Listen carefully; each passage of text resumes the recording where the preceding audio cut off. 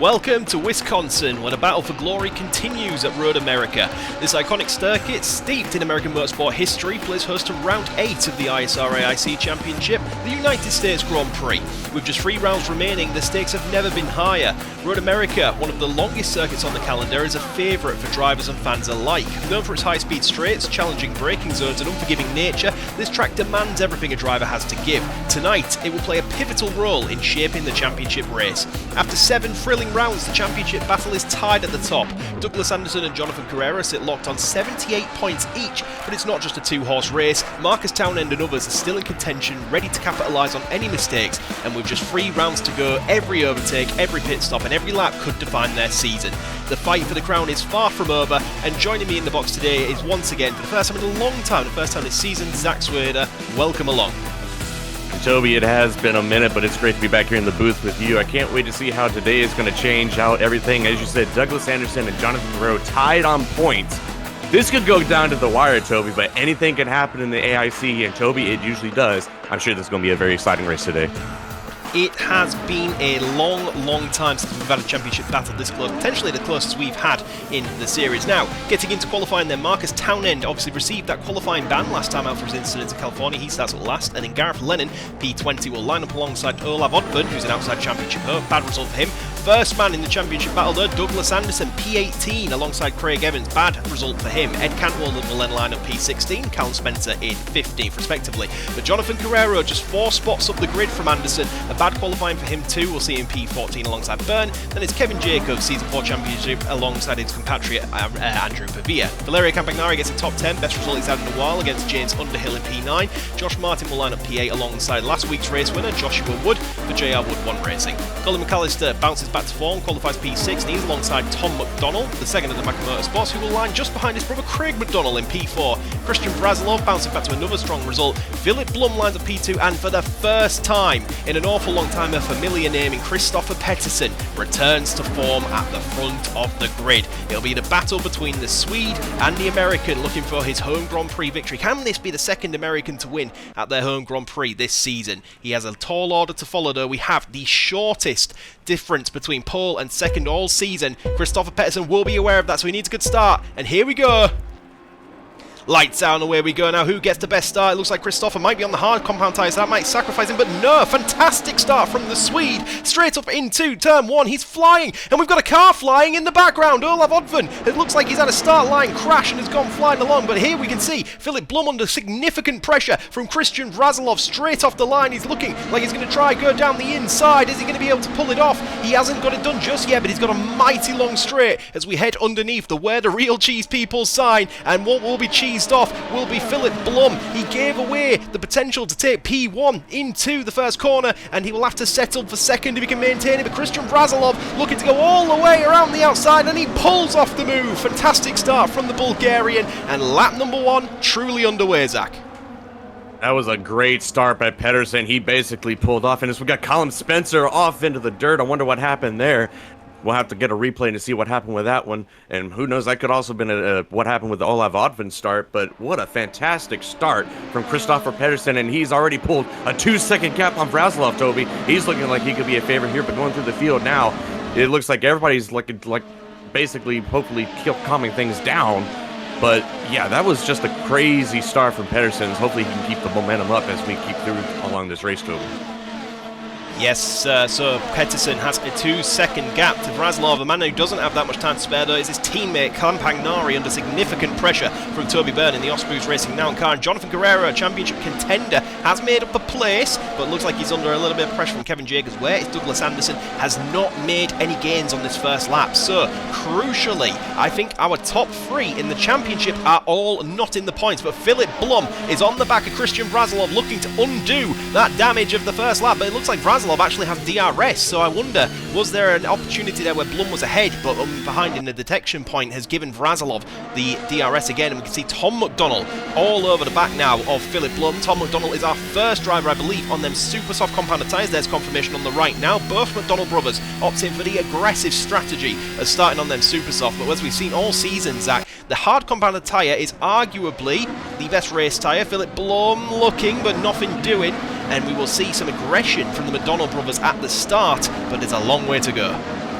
Yeah, it's already getting under investigation confirmation, so I'm pretty sure this is going to be between Colin Spencer and Olaf Oddfin for whatever happened at the start. Hopefully we get no, it's Danny Diaz. So Danny Diaz seems to have had to play with Oddfin here, so I wonder what happened to Spencer. But here's something as well, Toby. You know, Spencer was ahead of Anderson, and Carrero could have used him as a wingman. So now pretty much Carrero is going to be all by himself fighting against Douglas Anderson, and incident involving 27 Evans and Spencer, so Craig Evans could be under investigation as well for that, as we're running up over with Colin McAllister in the Iron Brew car, looking like behind one of the McDonald brothers. And yeah, this is a very tricky spot to make an overtake, Toby. Road America has some overtaking opportunities, but not a lot. I think we're going to mainly see people going into that slow left-hander of turn 3 or 4, I believe it is, as we go down the front straightaway. Very uphill, challenging elevation changes on this front straightaway here. And the DRS detection, Toby, isn't until the pit wall, as we see Philip Blum trying to make a move on Christian Razaloff as he goes around, makes a nice little DRS pass, and he's going to have the inside line, Toby. So there you go. Philip Blum goes back in a second. See one of the McDonald brothers go wide as he's now like side by side with Colin McAllister coming in right now. So very interesting stuff. This is almost like a crazy start as well. Again, Toby, it's like 2.0 with the start. We got cars, whole bunch of between 3rd and 7th, all fighting for just that final podium spot, Toby. So Tom McDonald looking to go all the way around the outside of Christian Vrazilov, making use of them super soft combat tires, and he's done it in contact. It looks like McDonald, the Craig brother, getting out of control there. And we have a spin in the background. Who is that? It's Jonathan Carrero, championship leader, and further contact. Huge accident, but crucially, championship leader Jonathan Carrero is involved. And I think, there's an ART. Is it Anderson or is it Diaz? It's a white halo, so I believe it is Danny Diaz. But crucially, Jonathan Carrero, and he makes contact with a parked car. He'll be very lucky to continue after that. There's more cars off on the side here, but championship leader caught up in a very early incident, and crucially he is now behind both of his championship rivals. He is very frustrated. Honestly, these amateurs, he says over the radio, so hopefully we get some replay soon.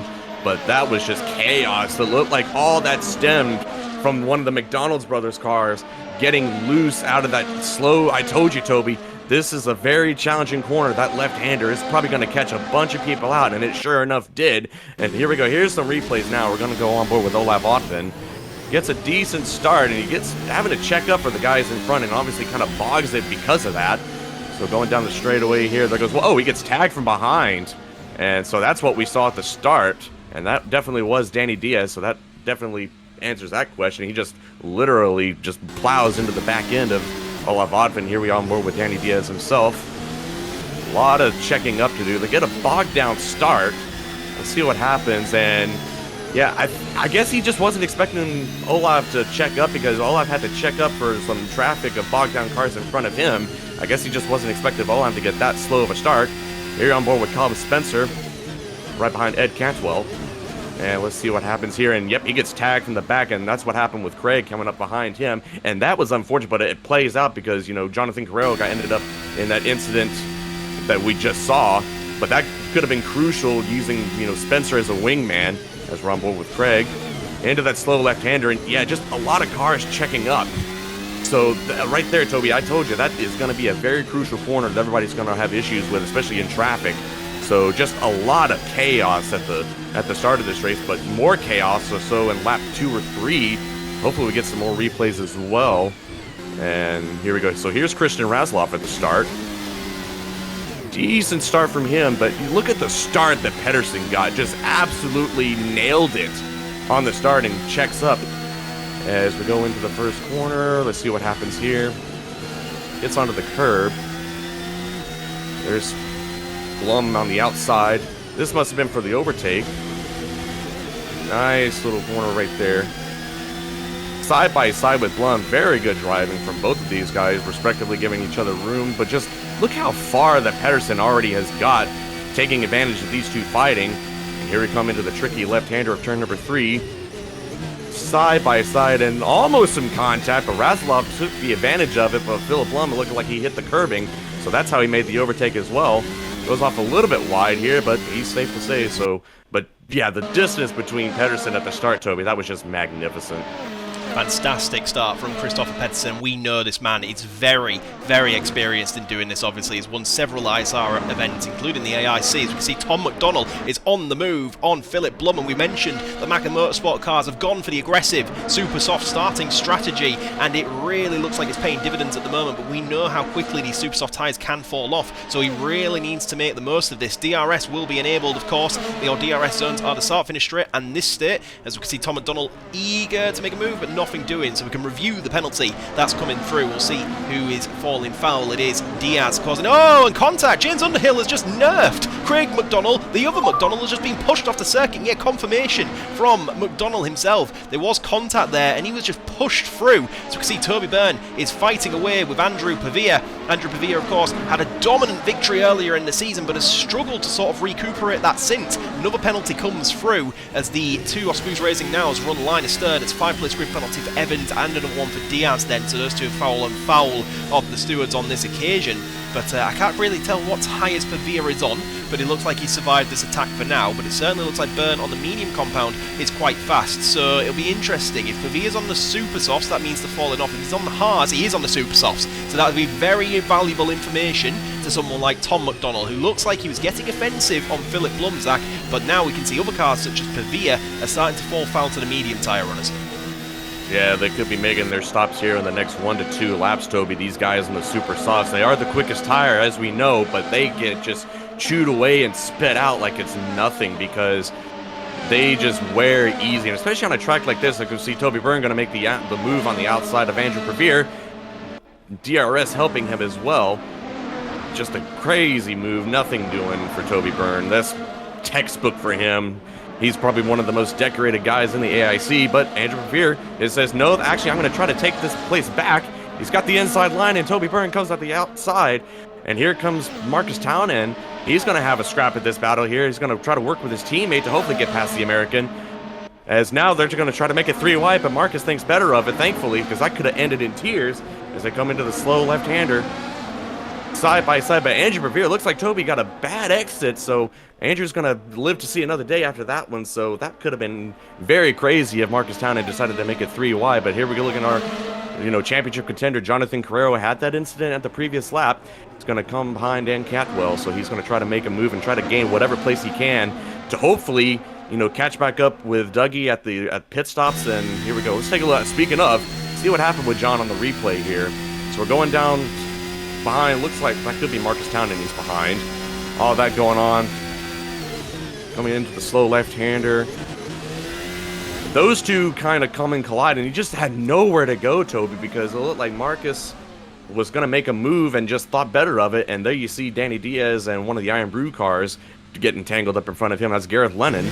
But yeah, Jonathan just had nowhere to go, Toby. It looked like he was just checking up and just couldn't be able to react in time, and clips one of the, looked like the sim staff cars, I think that could have been. But just unfortunate for Jonathan Carrero here as we take a look now at Danny Diaz on board, see what happened with this one. And this could be the contact with him and Gareth Lennon. Yeah, just pile drives Gareth into just all the chaos and carnage unfolding, Toby. So, but yeah, just very unfortunate scenario for John. So he's got a lot of ground to make up if he wants to keep the championship contention in fight.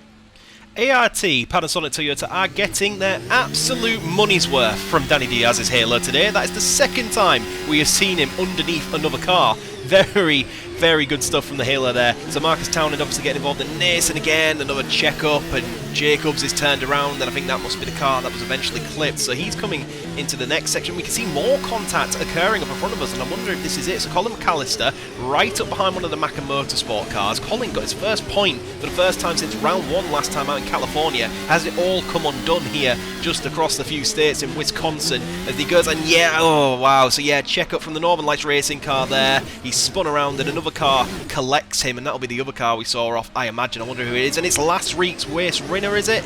Joshua Wood already gets one thump in the side, and it looks like that was from the sim staff car, so he's already had a little bit of contact coming into this next corner. Colin's having his accident ahead of us. We can't see, we've been clipped by multiple cars. We've hit the sim staff, and then our own teammate Pavia has actually hit us and finished the job. So a disaster, and yeah, here's where you'll get the full receipt, as you can see. Yeah, that's what happened there. So Andrew Pavia turning his teammate, but in defence, nowhere to go. Campagnari is still following. Does he then go on to make a move on the compromised Pavia into the next corner? He does, but oh, he gets tapped a little bit as well through the Osprey's racing. Now he goes through, and he's going wide, and oh wow, he gets one wheel on the grass. It just pulls him into that gravel. Oof, wow, that was very close.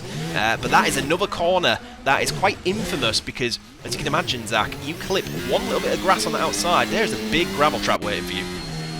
Yeah, there's not a lot of room for, error on some of these corners as we're on board now with James Underhill underneath one of the Mecca Motorsports cars and just tags him from behind, and that sets that off. And that's probably the contact that we saw where I think that was Craig that said that he got pushed off. So yeah, just literally a NASCAR type move as we're on board back again, looking at Jonathan Carrero trying to make up as much gains as he possibly can after that incident. But Christopher Pedersen, Toby, he's definitely checked out. He's over 2.5 seconds on Philip Blum, so it's pretty much his race to lose at this point at the moment. Take a look at a penalty coming in for, who's the unfortunate? That is, of course, James Underhill pushing off one of the Mecca Motorsports. He gets a 5-place grid penalty, slam dunk, Toby, no question about that one. But here's something as interesting as well, Toby. Nobody, as far as I'm aware of, because we've been looking at all the replays of the carnage, nobody has managed to make a pit stop yet, not even the super soft runners. So I'm wondering when they're going to decide to say, hey, these super softs are getting worn, it's time to jump off them into the different compound. But already lap 6, Toby, and nobody has decided to make a stop yet. So Jonathan Carrero gets a message from his team saying the car does have significant damage, and that's quite evident. He's actually fallen 2.3 seconds away from Cantwell now.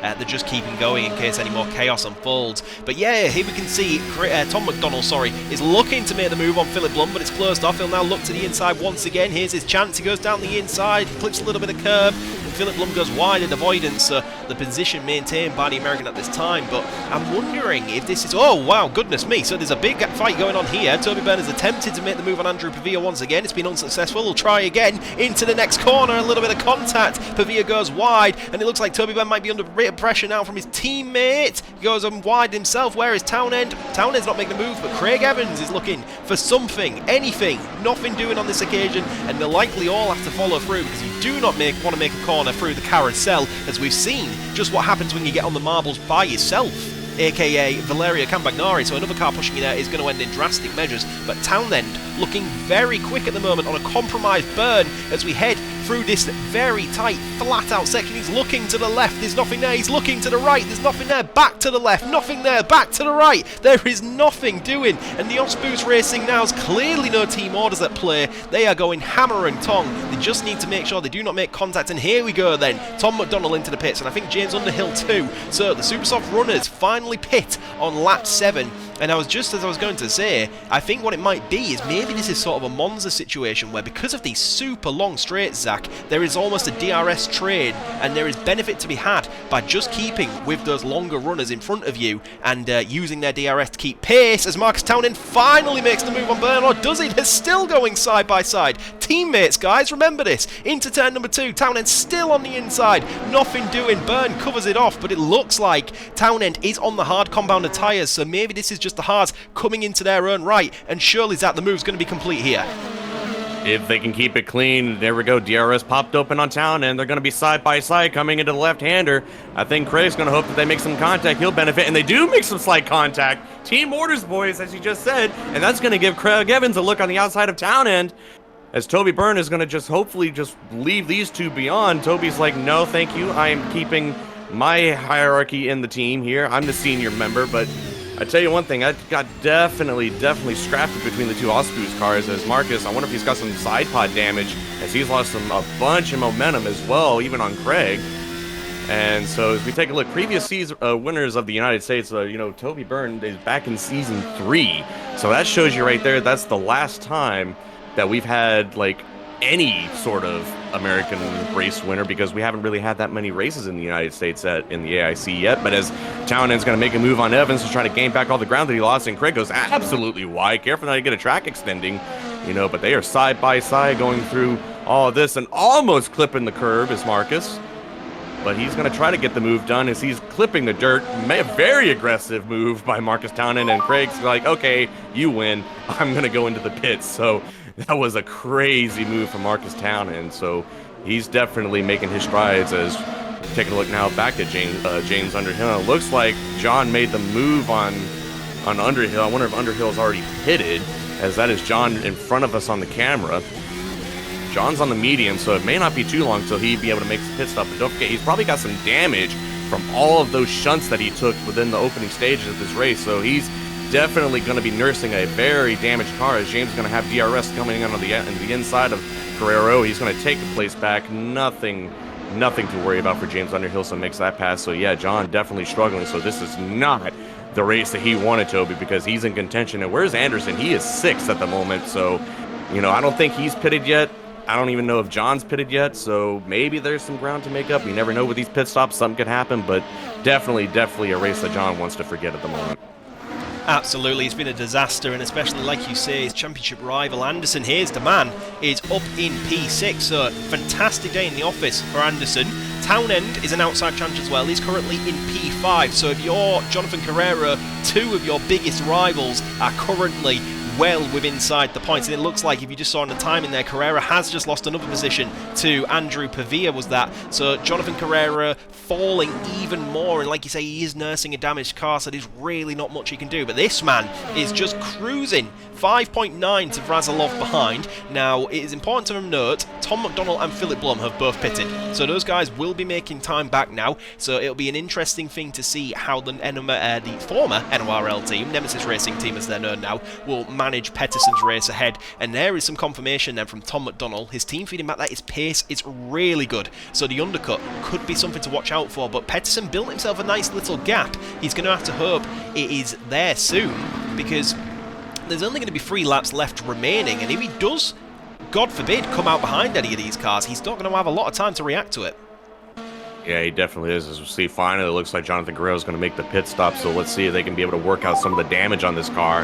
And here we go, box soon. We need to box soon. I have a lot of understeer, and that's coming from our leader, Pettersson. So now his tires are going to start to go away, so it looks like they could be making the stop here.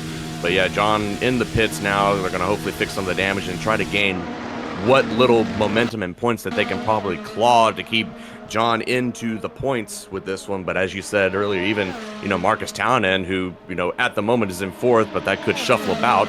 As you see, Craig is going to look at a move against Toby Byrne. Almost on the grass, as Toby says, no, you're going to work for this one here, as they decide to go through, not going to try to take things. We know Craig, he's a fast guy. He's a fast guy, but he definitely knows when to do it and when not to do it. As Pettersson's going to box now. They're going to confirm that one, so get on those tires. And he's got a 6-second lead, Toby, so I don't think there's going to be any sort of drama as we're here. He is in the pits now for Christian Vrazilov, but definitely a good drive for him. But yeah, I feel bad for John, but at the same time, though, you got 2 races left, but you just got to claw your way back here. As even you said, Marcus Townend has a slight chance, but it's mainly been Douglas Anderson who at the moment is going to inherit 4th because of the pit stops going on, but he, I think, has yet to pit as well. So who knows where he's going to be able to fall back into as we look at the back to the Craig Evans and Toby Byrne fight once again. Craig's going to try to gain some DRS, hopefully on the front straightaway. Going to ride on board with him now. Very uphill at the start of this one, but he's going to try to get DRS. He's in DRS range. Let's watch how quickly he can be able to catch back on Toby. He's going to try to make the move right there. Going to easy does it. Probably later than he probably wanted to. He's going to make the move, but they're going to go side by side. Very clean racing. Still side by side. Neither one of them want to give an inch. Oh, that's going to be something. Craig Evans on the dirt, and Toby is going to live to fight another day on that one. But we still got the slow left-hander. Let's see if we can be able to make a move as James Underhill is going to bump draft a Simstaff car. And here comes Toby and Craig. Craig's going to make the move before the corner, so that is definitely how you want to be able to make the moves. Very, very good move from Craig Evans on move on Toby Byrne. Okay, wow, so what's this? What position am I? We're 3rd, P3. How did I lose 2 places? McDonald. Wow, so is this Pettersson? Pettersson's been undercut then by McDonald and Blum. Oh dear, what a strategy mishap for Nemesis Racing Team. Chris is clearly very confused and very angry. If you look on the timing screens on the left, Pettersson's 6th, but crucially, Blum 5th, McDonald 4th, and Martin, Anderson and Campagnari are all yet to pit.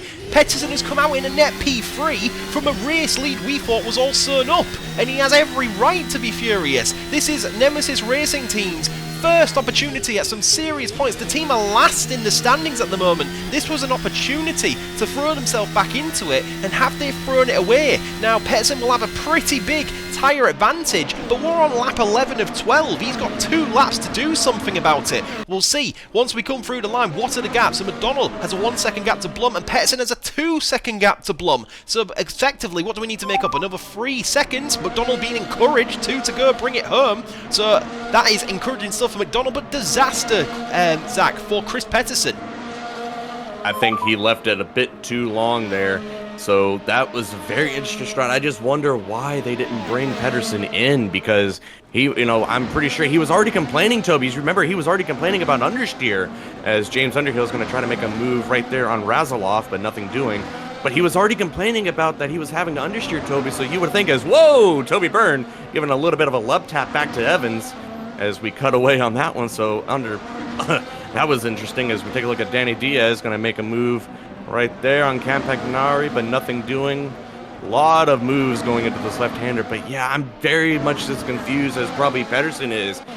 Like I said, he was already complaining about the understeer, so why not?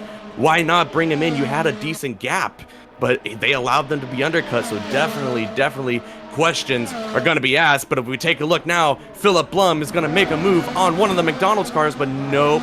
That's not going to happen. He's going to have to be patient on that one. But here we go. We got definitely a good race battle for the win, Toby. Let's see if they can be able to keep it clean.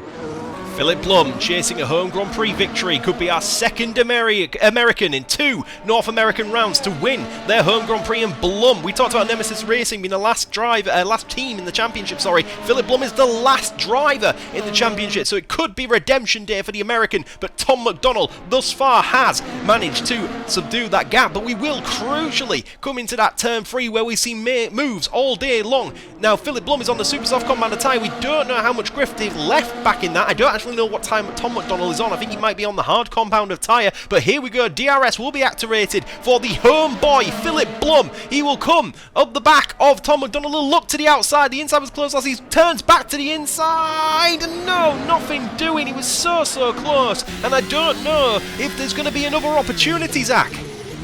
It could be, but he would have to be able to force Tom into a mistake as we go through.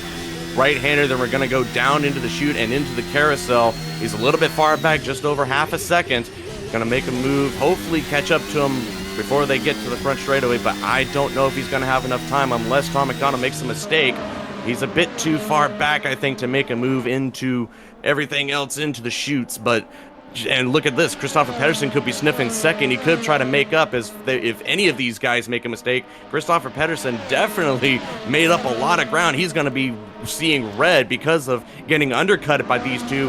He's going to go right up on the back of the gearbox of Philip Blum, but I think he's just too far back as well. He might be able to make a late move, but at the moment right now, it seems like Tom McDonald is seeing this in his mirrors and is going to be excited to see this.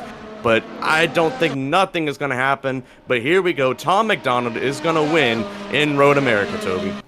Tom McDonald claims his first and Macca Motorsports' first ever ISR AIC victory. Fantastic stuff from the new British squad to the grid. The favourite brother of the championship comes today. Now Craig McDonald will want to change that in the future, but in the championship hunt, we will come back to that. Townend crucially has gained 2 points on the top 3. Crucially, Odvan out. Carrero 16th. Anderson 11th. The top 3 did not score points here today, so Marcus Townend will be the only driver who makes any gains. But yes, Tom McDonald is the man of the Macca Motorsport team, the brother of the Macca Motorsport team, who brings it home today. Respectable result from McDonald Craig to bring in a P10. He has led that team all season, but Tom McDonald finally takes the reins and his first victory. He will finish first ahead of homeboy Philip Blum, who was so close but so far. A disastrous race strategy-wise from Chris Pettersen. Season dropped from a comfortable P1 to a P3. Then Christian Razalov, James Underhill Andrew Pavia, Toby Byrne ahead of Craig Evans, so he did get back past him at the end, and then Marcus Townend will follow up in P9. Craig McDonald picks up the final point on offer outside of the Water is Fake fastest lap award, of course, ahead of Douglas Anderson, who was just one position away from taking the championship lead. And it's crazy to me to think that we came in 7 rounds on equal points. We're now going to go 8 rounds, Zach, on equal points. The deadlock is not broken. Yeah, I think if you're Jonathan Carrero, the best thing you could have seen today is Dougie finishing outside of the points, but crucially, Marcus Townend scoring the 2 points today. He's going to gain a little bit of ground, so he's mathematically still in this fight. But Toby, with 2 races to go, every point is going to matter between now and the last race as we go through the final few points, as Joshua Wood takes the fastest lap of the race, so he gets 1 point for this one, so fastest lap with that one. But yeah, every point's going to matter. I am very shocked that Dougie didn't finish into the points, so something must have happened in the pit stop, because he was up there at 6th at one point, so they must have had a slow pit stop or something must have happened for him to fall outside of the points. But every point's going to matter now. We've got 2 races left, Toby. It is definitely going to come down to the wire, and crucially, could we say our own version of Abu Dhabi 21 in F1? We'll just have to see as we take a look at the standings. Jonathan Carrero and Douglas Anderson, again, tied on 78 points, no point scoring today. But crucially, take a look at this. Olaf Oddvin just overtook Marcus in 3rd. So those two could be a scrap, but it's going to come down to whoever can claw the most points at this point, Toby.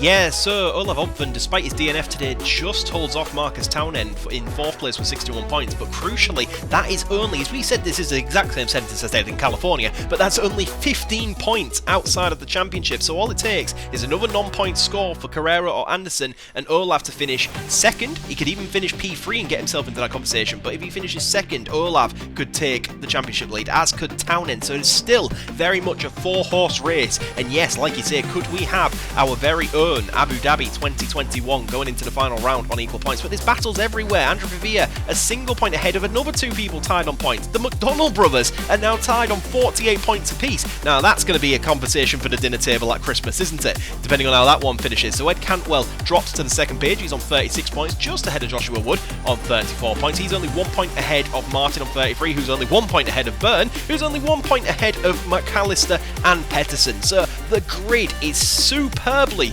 compact from top to bottom, and we have some fantastic battles that need to be settled coming up in the next 2 rounds. Our final leg of the season is going to be in South America. Round 9 is going to be in Ecuador. Round number 10 is going to be in Brazil, and we all know how Brazil treats its races. We've seen that in Formula 1 recently. Gareth Lennon will not be impressed that he is now the man in the last place of the championship. Taking a look at the team's championship, despite not scoring today, ART, Panasonic, Toyota take a magnificent lead with them into the next 2 rounds. It's their championship to lose. Maka Motorsport have jumped 3 teams and jumped themselves up into P2 with the fantastic brothers results today. Osprey's Racing now are just behind them with 3 points, and then another 5 points down to Winfield JSR, who led the championship for quite a lot of this season as well. So it's going to be a matter of consistency in Douglas Anderson versus the standout performances of Jonathan Carrero. Both of those drivers need something special next time out in Ecuador, and it'll be me and this man Zach Swader commentating for you once again when that happens. But until then, everybody, thank you so much for watching as always,